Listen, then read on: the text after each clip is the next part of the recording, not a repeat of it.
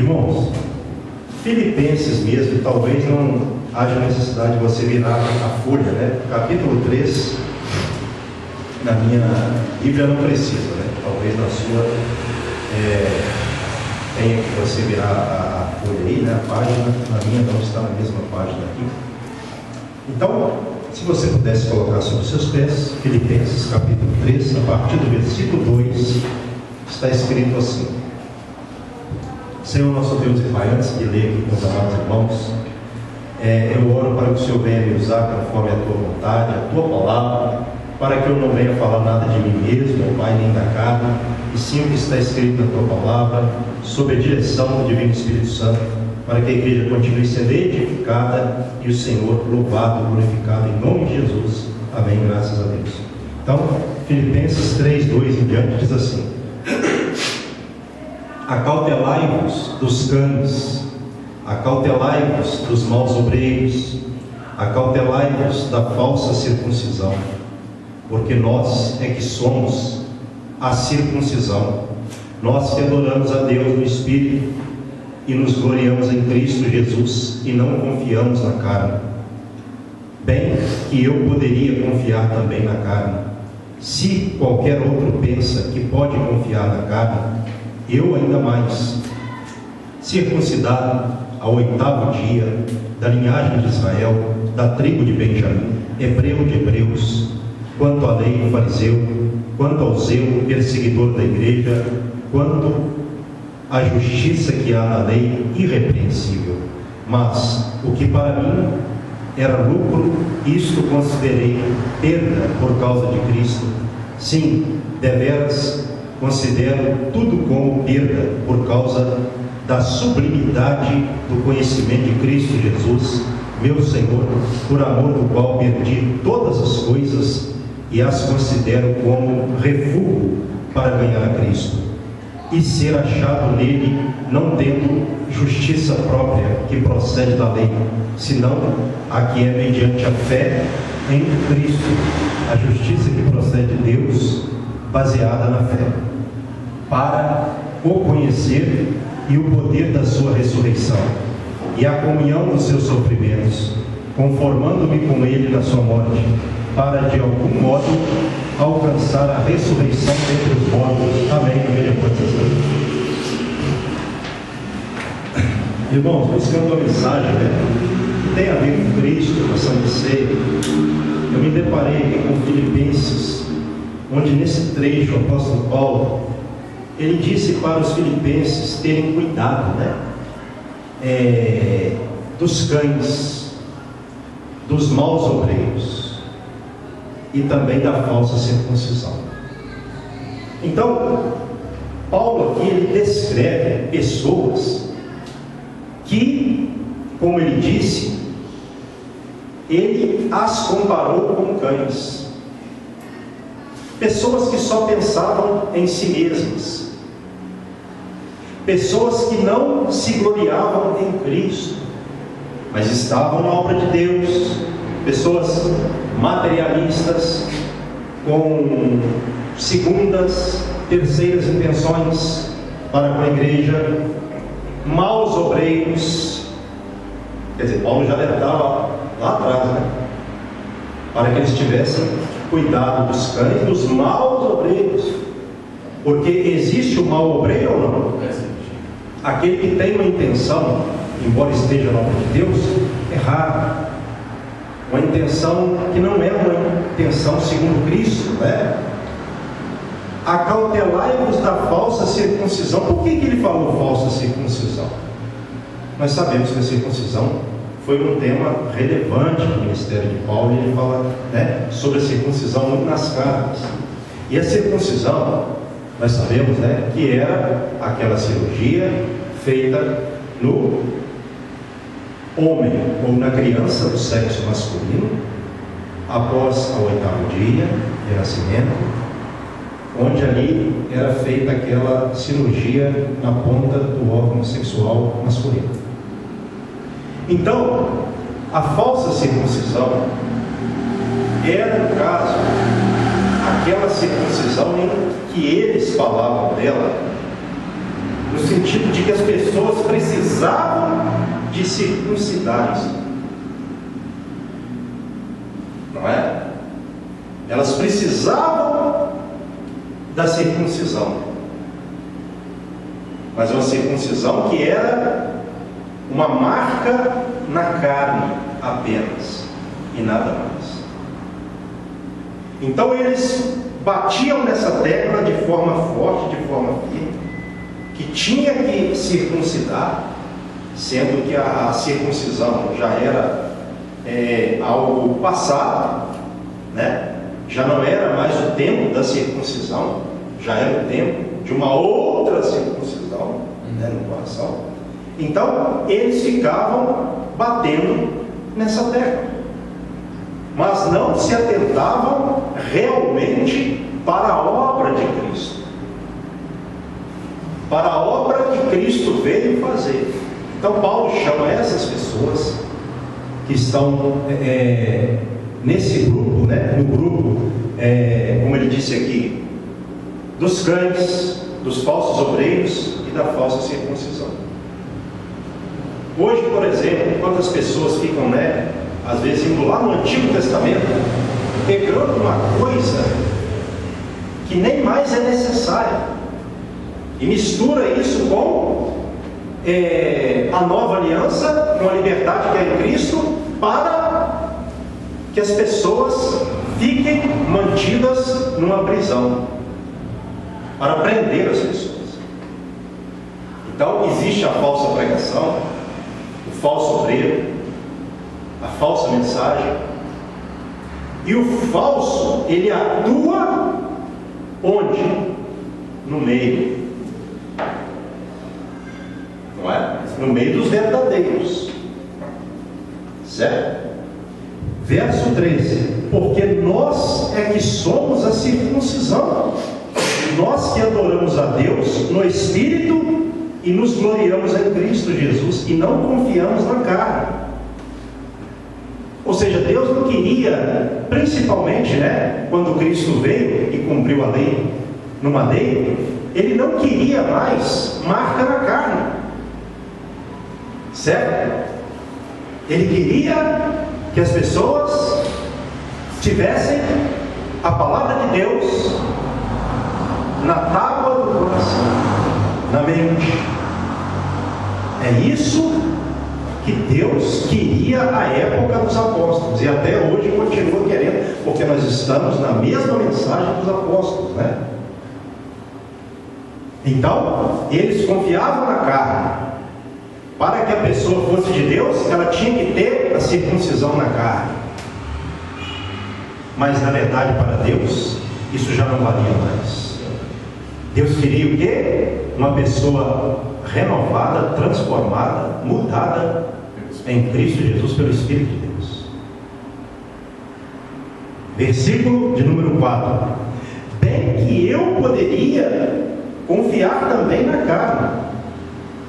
Se qualquer outro pensa que pode confiar na carne, eu ainda mais. Aí ele fala, por quê? Eu sou circuncidado. Ele foi circuncidado ao 8º dia, como, né, a lei mandava circuncidar, da linhagem de Israel, da tribo de Benjamim, hebreu de hebreus, quanto à lei, fariseu. E os fariseus, eu já falei aqui, os fariseus, eles eram o partido mais respeitado, era a interpretação da palavra de Deus mais clara da época, para a época, né? Depois acabou tomando uma conotação de corrupto, né? O fariseu é corrupto e tal, como hoje, né? Então, Paulo, ele disse isso no verso 5 e no 6, quanto ao zelo perseguidor da igreja. Paulo perseguiu a igreja ou não? Sim. Quanto à justiça que há na lei, irrepreensível. Ou seja, Paulo antes de Cristo, né, ele era sem falta. Ele acreditava que ele estava servindo a Deus como um verdadeiro fariseu, zeloso e cumprindo a lei de Deus, não é? Só que é o seguinte, Paulo, ele estava sendo fiel da forma errada, né? Ele estava sendo fiel ao que ele acreditava que era certo. Nós sabemos isso. Então Paulo era um homem sincero. Naquilo que ele sabia que ele estava certo, ele fazia sem falta. Era irrepreensível, sem falta. Mas Deus, sabendo que Paulo ele era sincero, porém não conhecendo a Deus como Deus é, a Cristo Jesus, ele não tinha revelação. Por isso que Cristo revelou-se a ele, não é? Quando ele estava indo ali atrás dos cristãos para Damasco, onde o Senhor foi revelado a ele, naquela luz que, naquele clarão que deu ali, e a voz saiu para falar do Senhor com Paulo. Paulo cai, cego, e ali o Senhor se revela.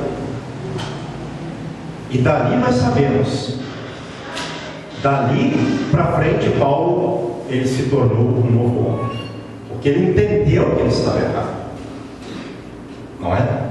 Por exemplo, Paulo, ele era uma pessoa tão, se você puder ir comigo em Atos 26, se você puder, versículo, eu vou ler alguns versículos aqui para não estender muito.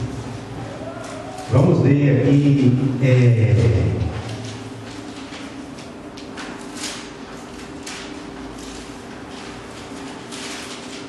isso é Paulo, nesse trecho aqui é Paulo dando testemunho perante o rei Agripa, certo? Já no finalzinho de Atos dos Apóstolos. Então vou ler alguns versículos ali. Então, para que o Senhor Jesus chamou a Paulo? Verso 18, Atos 26, verso 18: para lhes abrires os olhos e os converteres das trevas para a luz e da potestade de Satanás para Deus, a fim de que recebam eles remissão de pecados e herança entre os que são santificados pela fé em mim. Então, o Senhor levantou a Paulo para ele abrir os olhos dos gentios, para que eles se convertessem, para os converter das trevas para a luz, da potestade de Satanás para Deus, e para que eles recebessem a remissão, o perdão de pecados, o perdão dos pecados e herança entre os que são santificados pela fé em Jesus, Deus, no Senhor Jesus Cristo. Olha só, meus irmãos, pela fé em Cristo. Então Paulo foi chamado para isso, e ele disse em todo esse trecho em que ele dá testemunho ali perante Agripa. Esse testemunho aqui é interessante, se você quiser ler em casa, você lê, tá? Então ele foi chamado para isso. Versículo agora 19 em diante, vamos continuar.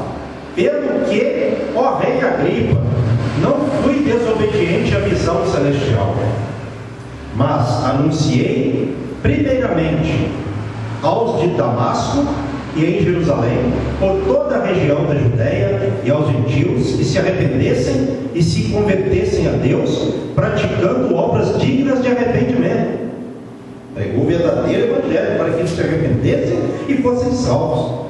Verso 21: por causa disto, alguns judeus me prenderam, estando eu no templo, e tentaram matar-me. Verso 22: mas alcançando o socorro de Deus, permaneço até o dia de hoje, dando testemunho tanto a pequenos como a grandes, nada dizendo senão o que os profetas e Moisés disseram haver de acontecer. Isto é, que o Cristo devia padecer e, sendo o primeiro da ressurreição dos mortos, anunciaria a luz ao povo e aos gentios. Interessante, né? Então Paulo ele foi chamado para anunciar o Evangelho. Fique por aí ainda, depois a gente vai para Filipenses. O Evangelho de Cristo. E ele fez isso, meus irmãos. Ele testemunhou, ele pregou, foi perseguido, não saiu da visão. Paulo é um ministério digno de nós estudarmos na Bíblia Sagrada. Toda a Bíblia, né? Se tratando de Paulo também. Talvez até um pouco mais ainda. Não mais do que Cristo. Mas como ele pregava Cristo, quando nós estudamos Paulo, nós estamos estudando, na verdade, o próprio ministério de Cristo também. Não é? Então, ele foi chamado por Deus para isso. Antes da conversão, Deus, imagino eu, Deus olhando para Paulo e pensando assim, é uma conjecturação, a Bíblia não diz, eu estou pensando isso agora, é o que eu penso. Deus olhando para Paulo e vendo o zelo que ele tinha, mesmo não, né, tendo a verdadeira revelação, mas no que ele conhecia, ele era fiel. E ele, no coração dele, Paulo, ele estava servindo a Deus com integridade e fidelidade. Tanto é que ele consentia na morte de cristãos, dava o aval para cristãos morrerem ali, serem mortos e tudo mais. Porém, isso foi antes da conversão. Aí eu imagino comigo que Deus olhando, Deus pensou assim: esse Paulo precisa da revelação do meu filho, porque a esse homem, quando meu filho for revelado, ele vai fazer tudo o que ele está fazendo agora, mesmo de forma errada, para Cristo Jesus, para o meu filho amado, para o meu Evangelho, para a salvação do mundo perdido. Amém. Amém. Então, às vezes, irmãos, a pessoa olha para alguém, é lógico que você não vai aplicar isso a qualquer bandido marginal. Você é um Paulo da vida, calma, por aí não, né? A gente tem que ter cuidado. Mas tem pessoa que às vezes no mundo ela é um terror, não é? Mas quando ela se converter, caso isso aconteça, ela vai ser uma pessoa também muito constante para o Senhor, como no caso de Paulo. Mas isso não é regra, aconteceu no caso de Paulo, não é? E olha só agora ainda no capítulo 26, se você puder, acompanhe comigo. Ele falando a Agripa ainda, né? Verso 26 agora. Porque tudo isto é de conhecimento do rei, a quem me dirijo com franqueza, pois estou persuadido de que nenhuma destas coisas lhe é oculta, porquanto nada se passou em algum lugar escondido. Acreditas, ó rei Agripa, nos profetas? Bem sei que acreditas. Olha só Paulo tentando persuadir o homem, ganhar o homem para Jesus.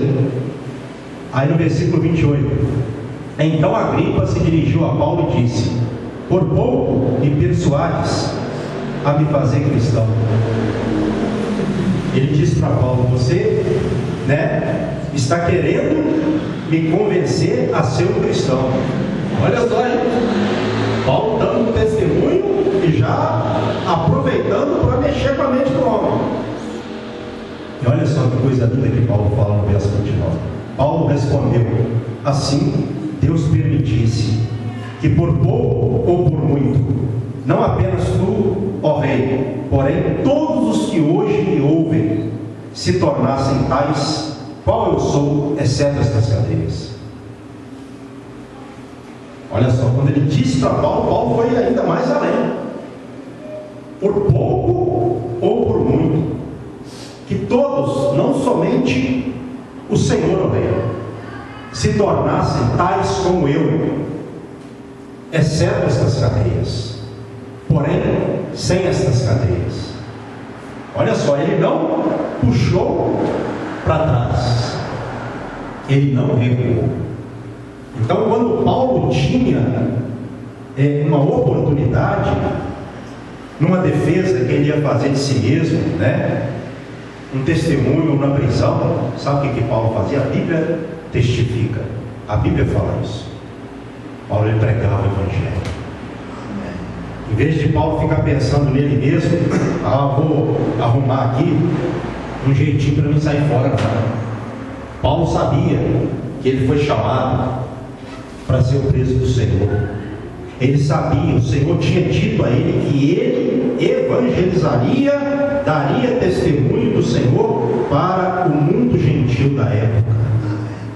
E nada tirava da cabeça de Paulo a missão que o Senhor deu, porque quem deu foi Deus. Então, quando nós estivermos diante de pessoas também que de repente possam tentar tirar a nossa fé ou nos questionar, nós devemos fazer igual o apóstolo Paulo. Nós devemos dizer para a pessoa que de repente, às vezes até no ar de deboche ou com outro pensamento qualquer, venha falar com a gente alguma coisa, a gente tem que falar com a pessoa: quem dera se você fosse tal como eu, servo do Senhor. Quem dera se todas as pessoas do mundo se convertessem ao Deus Todo-Poderoso, porque Ele é o único que pode salvar, libertar, curar, restaurar, e não há outro poder no céu. Nós servimos ao Deus Todo-Poderoso, Criador dos céus e da terra, que enviou o seu Filho amado, para que todo aquele que nele crê não pereça, mas tenha a vida eterna. Amém. É o que nós temos que dar testemunho também disso. É ou não é? Não é ritual. Então Paulo, ele era uma pessoa diferenciada, não é? Quantas tentações, prisões, deboches, e Paulo prosseguiu para o alvo, seu alvo que era Cristo, né? Então, Paulo, Filipenses agora capítulo 13, Paulo, ele, se alguém se gloriava em ser da circuncisão, ele ainda mais, muito mais, porque ele era um verdadeiro israelita. Essa declaração dele aqui, resumidamente, ele estava falando: olha, eu sim posso, se tem alguém se gloriando na carne, muito mais eu, que sou um verdadeiro hebreu, de origem, circuncidado, segundo a lei. Porém, versículo de número 7, mas, dando a ideia de oposição, né? O que para mim era lucro, isto considerei perda por causa de Cristo. Aqui ele começa a falar, a revelação. Então, tudo aquilo que ele achava que estava certo, quando Cristo foi revelado a ele, ele considerou aquilo como perda, como refúgio. Verso 8: sim, deveras considero tudo como perda, por causa da sublimidade do conhecimento de Cristo Jesus, meu Senhor, por amor do qual perdi todas as coisas e as considero como refúgio para ganhar a Cristo. Amém? Por causa da sublimidade do conhecimento de Cristo, por causa da suprema grandeza do conhecimento de Cristo. É o que nós temos que pregar para as pessoas, na esperança de que haja conversão. Então Paulo, meus irmãos, quando Cristo se revelou a ele, eu vou falar aqui com as minhas palavras, o entendimento que eu tinha da lei, isso aqui eu conjecturando, o entendimento que eu tinha da lei, para mim agora eu considero como refúgio, como perda. Toda a projeção que eu tinha, Paulo, ele tinha uma boa projeção financeira, ele seria uma pessoa bem sucedida, porque tudo que ele fazia com excelência. Então Paulo era um nome bem cotado para postos futuros de grandeza financeira e de honra. Porém, quando Cristo se revelou a ele, ele considerou toda aquela glória que ele tinha como lixo. Pastor, que palavra pesada. Essa palavra aqui, ó, quando ele fala no finalzinho do verso 8: perdi todas as coisas e as considero como refúgio para ganhar a Cristo. A palavra aqui no original é lixo. Então não estou me exagerando aqui. A palavra é lixo. Resto, né? Mas no original está lixo mesmo, literalmente. Meus irmãos, quando a gente conhece a Cristo, a gente conhece a verdadeira vida. Então, eu não vou dizer que a gente tem que falar igual Paulo, né? Mas naquilo que a gente está errado, ou naquilo que uma pessoa está errada quando ela conhece a Cristo, ela tem que considerar aquilo. Eu vou deixar o lixo para lá, tá? Eu vou suavizar a palavra, como refúgio, como esterco, ou esterco também, exatamente. Por quê?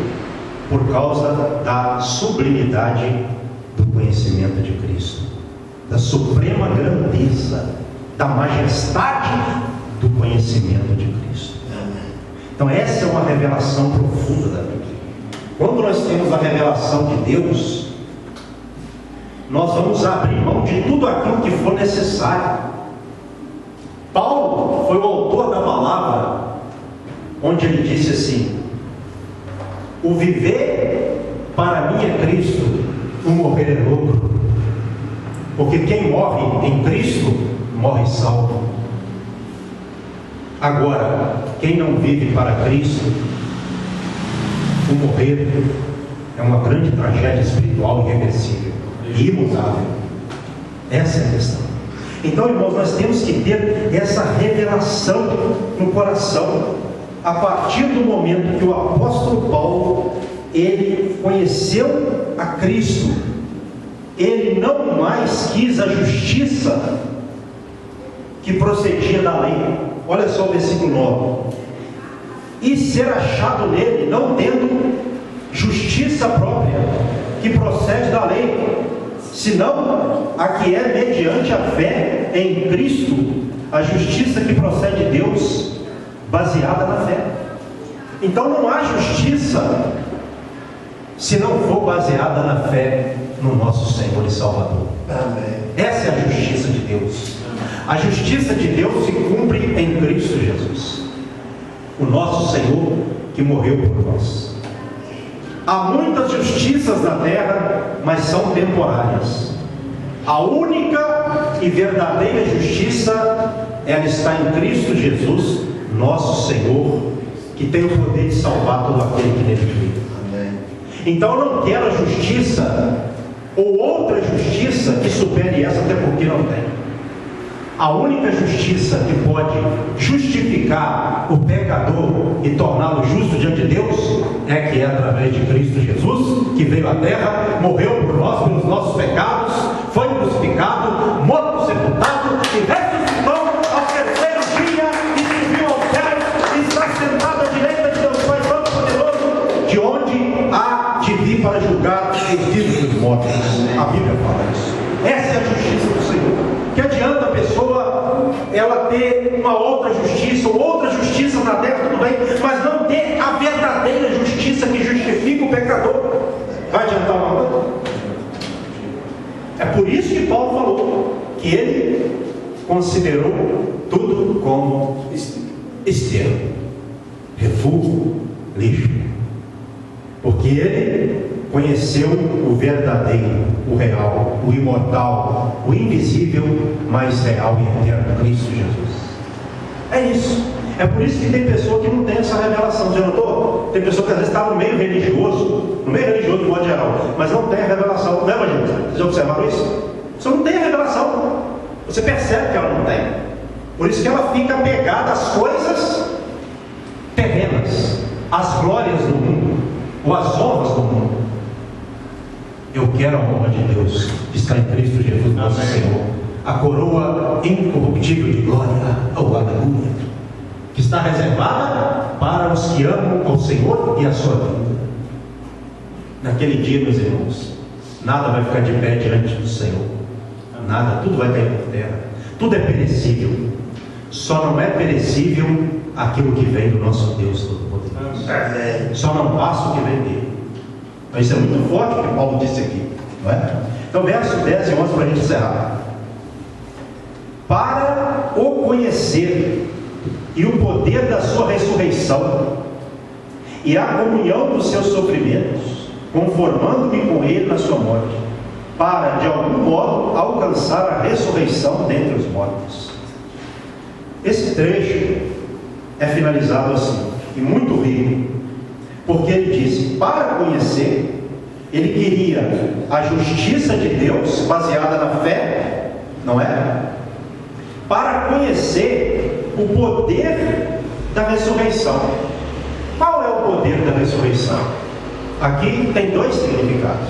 Primeiro, toda pessoa que está em Cristo, ela é uma nova criatura. Porque a pessoa que não está em Cristo, ela está o quê? Espiritualmente morta. Agora, a pessoa, ela aceita Cristo como seu Salvador, recebe em seu coração, ela ressuscita dos mortos espiritualmente. Amém. E ela passa a viver em novidade de vida, uma vida nova, o poder da ressurreição, quando alcança a vida do pecador, a vida muda. E também aponta, segundo significado, para a ressurreição futura, tá bom? Esses dois significados aí. Então, para conhecer o Senhor e o poder da sua ressurreição e a comunhão dos seus sofrimentos. Então, Paulo, ele sabia o que era sofrer. Sabia ou não sabia? A Bíblia fala isso. Ele sofreu. Ele foi um apóstolo sofredor, porque ele quis ter parte nos sofrimentos de Cristo. Ele teve comunhão nos sofrimentos de Cristo. E todo cristão tem que ter comunhão nos sofrimentos de Cristo, senão não é cristão.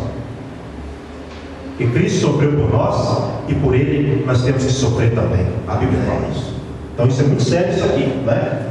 E também Paulo disse: conformando-me com Ele na sua morte. Paulo morreu como um mártir ou não? Como mártir ou não? Sim. Então Paulo, ele disse aqui, ele estava consciente e ele acabou morrendo como um cristão sofredor, como um mártir. Olha só. Ou seja, Paulo estava totalmente, com essa palavra, envolvido na missão cristã. Totalmente envolvido. Tinha comunhão em toda a revelação do cristianismo. Não é? Verso 11: para de algum modo alcançar a ressurreição dentre os mortos. Qual ressurreição é essa? A ressurreição futura. Da vida eterna. Para a vida eterna. Para de algum modo alcançar a ressurreição dentre os mortos. E nós estamos caminhando para alcançar a ressurreição dentre os mortos. A grande promessa do Senhor. Não é verdade? Então, aqui nesse versículo manda assim: com o propósito de seja como for a ressurreição dentre os mortos, nela quero estar presente. Para acabar de completar algo futuro que ele chegou, a grande promessa, não é? Então, nós temos que ter esse sentimento no nosso coração. Eu quero estar presente na ressurreição dentre os mortos para a salvação eterna. Quando o meu corpo corruptível será mudado, transformado, passado de um corpo corruptível, carnal, para um corpo incorruptível de glória, semelhante ao do Senhor. Essa é a minha promessa. Então, você cuide bem do seu corpo. Sabe por quê? É com ele que você vai ressuscitar. É por meio desse corpo que você vai alcançar, a transformação vai ser feita nesse corpo, para que você alcance o corpo glorificado. É isso. Cuide bem dele, para que você possa, naquele dia, ressuscitar para a vida eterna. Amém. Quem não quer estar na vida eterna, né? Quem não quer ressuscitar? E tem muita gente que às vezes nem fala nisso ou nem pensa nisso, né? Isso é complicado. Eu tenho que ter essas promessas no meu coração. Eu não sei se eu vou morrer hoje ou amanhã. Agora, de uma coisa eu sei: que se eu morrer com Cristo eu vou ressuscitar dentre os mortos para a vida eterna.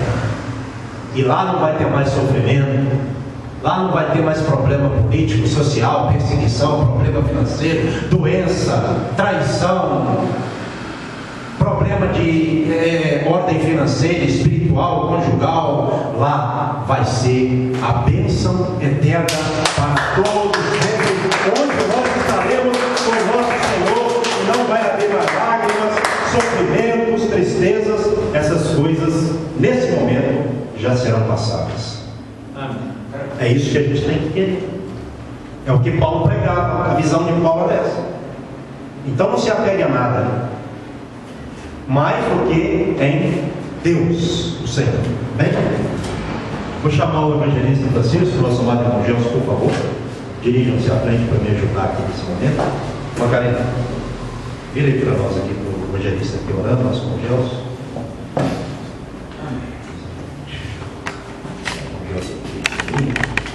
Orar aqui, depois você pede o evangelista pede, né? O evangelista que eu pedi que esteja consagrando esses elementos aqui ao Senhor também. Amém. Pai querido e Pai amado, primeiramente, Senhor, eu te peço perdão, porque todos nós somos pecadores, Pai, mas nós necessitamos, Pai, da tua unção. Transforma aqui agora esse pão que é feito contigo com a mão humana. O vinho também? O vinho que é feito de uva colhida do cacho. Mas a partir do momento da unção, esse pão vai ser transformado no teu corpo. E esse vinho transformado no teu sangue. Porque nós necessitamos de fazer essa ceia contigo para nos fortalecer. E pedimos, Pai querido e amado, a tua unção aqui. Em nome de Jesus. Amém. Nosso amado evangelista Francisco vai estar distribuindo o pão, nosso amado irmão Gelson o vinho, tá? Não preciso falar nada, porque todos já são batizados aí, quando há necessidade. Irmãos, é isso que o evangelista disse aqui, né? Espiritualmente, depois que nós oramos por esses elementos, eles transformam-se em quê? Simbolicamente? Alimentos espirituais. Alimentos espirituais, exatamente. Simbolicamente, o pão no corpo de Cristo e o vinho no sangue de Cristo para a nossa salvação, né? Nós estamos ceando para a nossa salvação. Não queremos cear de maneira alguma para a nossa condenação, né?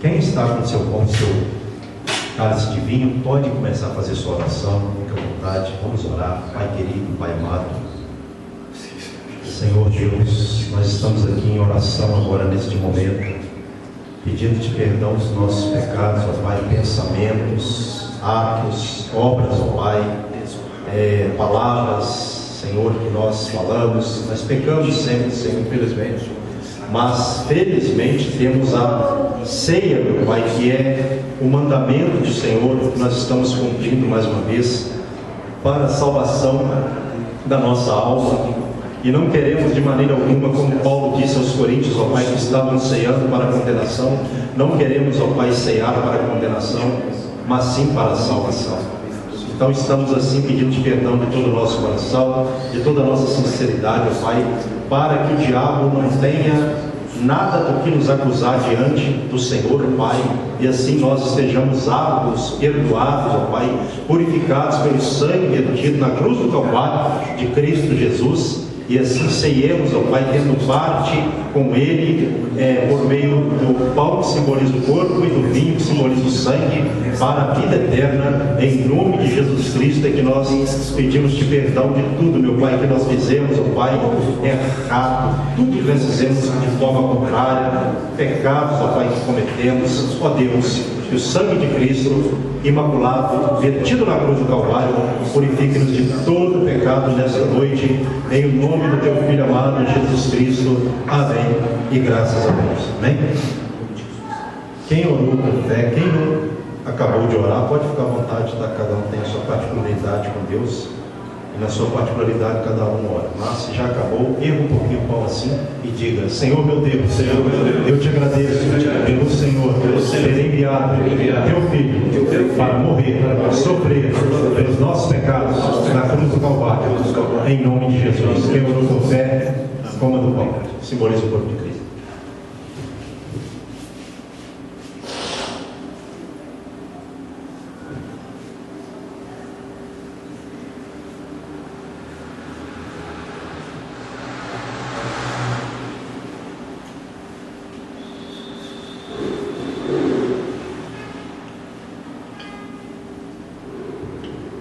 acabou de comer o pão, vocês erguem só um pouco, né, o cálice, diga assim: Senhor meu Deus, eu te agradeço pelo Senhor ter enviado o teu Filho para verter o seu sangue imaculado na cruz do Calvário para a purificação de todos os nossos pecados, em nome de Jesus. Senhor, por meio deste cálice de vinho que simboliza o sangue de Cristo, do teu Filho amado, eu renovo a minha aliança com o Senhor e com cada irmão da amada igreja, em nome de Jesus. Eu não conservo do cálice, em nome de Jesus.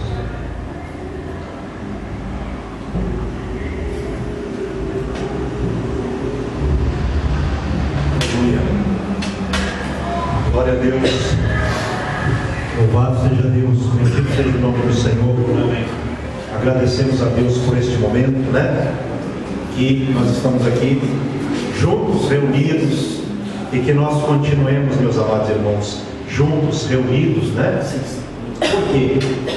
Porque a nossa, eu não vou dizer intuição, né? Mas o nosso pensamento, de acordo com a Bíblia, é de que quando Cristo vier nos buscar, Ele nos encontre na comunhão, se nós estivermos vivos quando Ele voltar. Mas, se nós, quando Ele voltar, já exatamente tivermos partido, né, para outra vida, nós vamos ter partido no espírito da comunhão.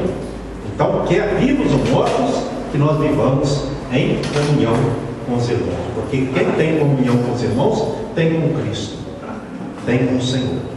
Tem como amar a Deus que não vê, se não amar o irmão a quem vê? Tem como? Não tem, né? Um amor reflete o outro. Eu só posso amar a Deus, e eu não preciso nem de falar, ficar falando sistematicamente ou diretamente com Deus. Se eu amo os meus irmãos, eu já estou testemunhando e demonstrando que eu amo a Deus. É dessa forma que se ama a Deus. Não é, eu amo a Deus, eu faço tudo por Deus, igual muitas pessoas, né? Mas não obedece a Deus, não procura ter comunhão, então não adianta. Quebra nos princípios, né? E não vive os mandamentos. Amém? Não pode ser assim, evangelístico, por favor. Faça assim com as suas mãos em forma de receber. Pai, a todos presentes e ausentes, eu abençoo com o teu amor, com a graça do Filho, com a sua doce consolação do Divino Espírito Santo. Te agradecemos, ó Pai, por esta ceia abençoada, esta santa ceia, para, meu Pai, purificação dos nossos pecados, cumprindo, meu Pai, o mandamento do Senhor, e assim eu abençoo a todos, ó Pai, nesse tão grande amor do Senhor, na comunhão do Filho e na doce consolação do Divino Espírito Santo. Que todos possam, meu Pai, estar indo para os seus lares, no encorajamento, meu Deus, nessa paz, que o Espírito Santo, nessa consolação que Ele concede, para que nós terminemos a semana e comecemos a semana prática amanhã, no encorajamento e na consolação do Divino Espírito Santo. Assim eu oro e os abençoo, em nome de Jesus, amém. E que as palmas vão ver, amém. Não vai embora da paz do Senhor, irmão, que está do seu lado. Deus abençoe em nome de Jesus. E você, preste atenção, o pastor vai falar aqui, só um segundinho. Não deixe de participar do grupo. Quem está no grupo, por favor, sempre que puder dar uma passada lá, participe. E os cultos também, né, irmão? Não deixe de vir aos cultos, porque nós estamos com